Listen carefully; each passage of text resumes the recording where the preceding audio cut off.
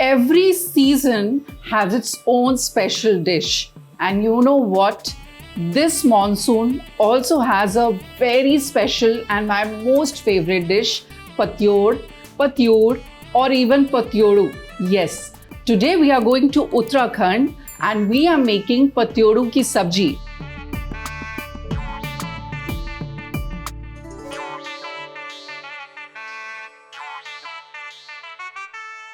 Let me show you these fresh Colocasia leaves. This is how they look like and they come in different sizes.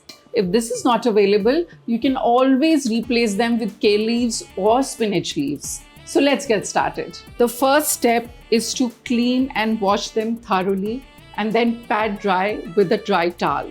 I've already done the process. Now we are going to move ahead with our next steps. For around 10 to 15 leaves, we are going to take around 350 grams to 400 grams of besan. Now we have taken around 2 to 3 onions, say about 75 grams of garlic and 75 grams of ginger. It's time now to add some powdered spices. Start with turmeric, some red chilli powder, salt according to the taste, some carom seeds, and of course some jeera. It's time to add a little water. And now we are going to mix all of this together. While mixing the batter, you'll get to know if we need to add more water or not, as this needs to be a very thick slurry. So this is how the batter needs to be. It needs to be very, very thick. And to make one patyodu roll, we will take around 6 leaves. Let's start with the first leaf. Just make a thin layer on the leaf and make sure you have covered the entire leaf with the batter. It's time to put the second leaf. We are not going to put the leaf like this. Instead, it's going to be like this. We are going to repeat the same process. Sometimes, while making something, you realize that how certain dishes hold a special place in your heart, and this is one of those. Now we are going to keep layering them, and we can use 6 to 8 leaves for making one block of patyodu. Don't you all think we are actually doing a haldi ceremony for these Arbi leaves? This combination of yellow and green, oh my god, it's killer.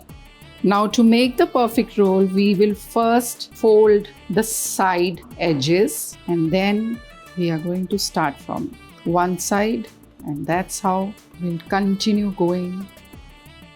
So now our patyud is ready to be steamed, and for that I have taken out this steamer of my grandmom where the water is heating up, and now we are going to put this patyud for almost 30 to 40 minutes for steaming.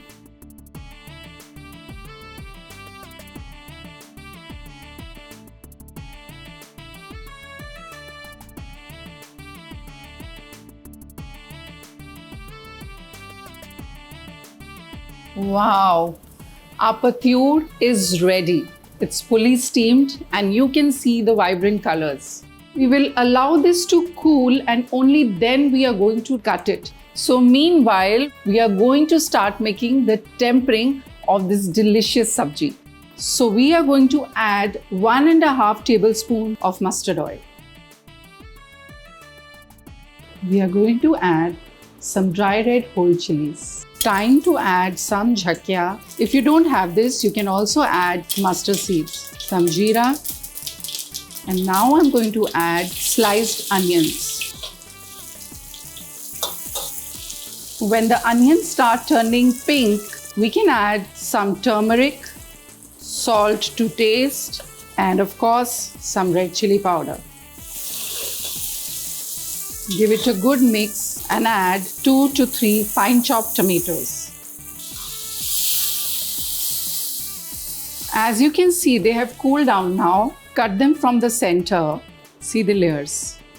Now this is how it is supposed to look like, but if you wish, you can even cut smaller than this.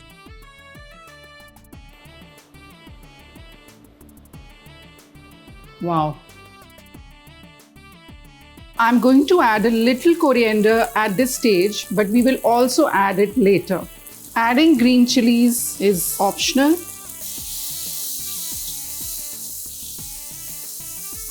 It's time to add the patyud into this masala now.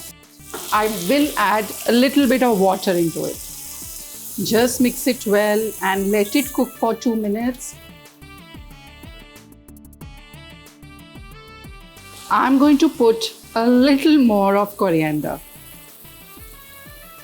And being a Pahadi, I do have love for green chilies.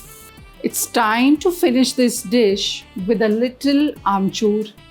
So finally, our patyud ki sabji is ready to relish. Well, you can have this with your choice of breads and dal bhat as well. I am going to have this with homemade phulkas. You are watching Indian Food Diaries on Get Curried. This is Chef Sherie signing off for now.